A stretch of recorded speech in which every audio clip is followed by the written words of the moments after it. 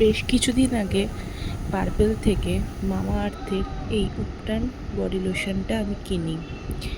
এটা আমার কেনার প্রধান কারণ হলো যে আমাদের দেশে যে বেশ কয়েক মাস গরমকাল থাকে, তো এই সময়ে আমাদের স্কিনে যে সান ট্যান পড়ে, সেই সান ট্যানটাকে রিকভার করার জন্য মেনলি এই উপটান বডি লোশনটা ইউজ করব।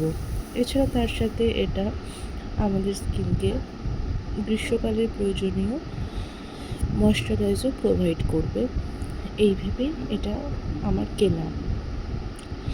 তো দিন 10-15 ইউজ করার পর আমি এই ময়শ্চারাইজিং বডি লোশন সম্পর্কে যেটা বুঝেছি বা আমার যেটা অভিজ্ঞতা, সেটাই আমি তোমাদের সাথে শেয়ার করছি।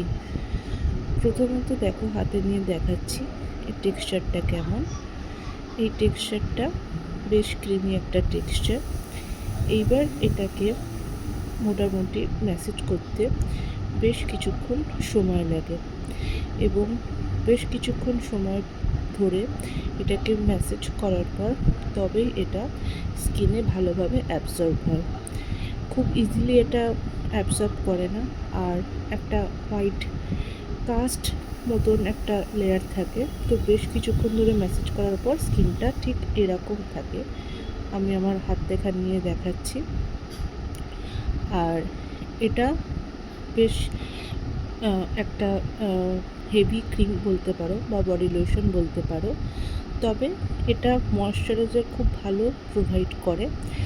আর এতে যেটা বলা হয় টারমারিক, স্যাফরন আছে, তো এটা দীর্ঘদিন ব্যবহারের ফলে উপটানের যেটা কাজ আমাদের, সেই কাজটা এটা দেবে, মানে আমাদের স্কিনকে ইভেন আউট করবে।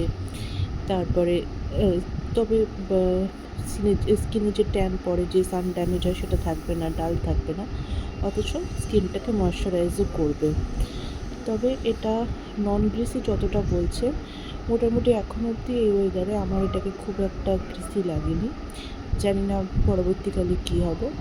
তবে আমি এর আগে কখনো গ্রীষ্মকালে বডি লোশন ইউজ করে দেখিনি। এটা আমার কেনা এবং ইউজ করা প্রথম উপটান বডি লোশন। তো এটা আমার অভিজ্ঞতা তোমাদের সাথে শেয়ার করলাম। তবে যাদের খুবই মানে বডি স্কিনটা যাদের খুবই অয়েলি, তারা এটা ইউজ করো না, কারণ এটা অনলি ফর ড্রাই স্কিন লেখাই আছে। তবে আমার মনে হয় এটা শীতকালে ইউজ করাই বেস্ট হবে।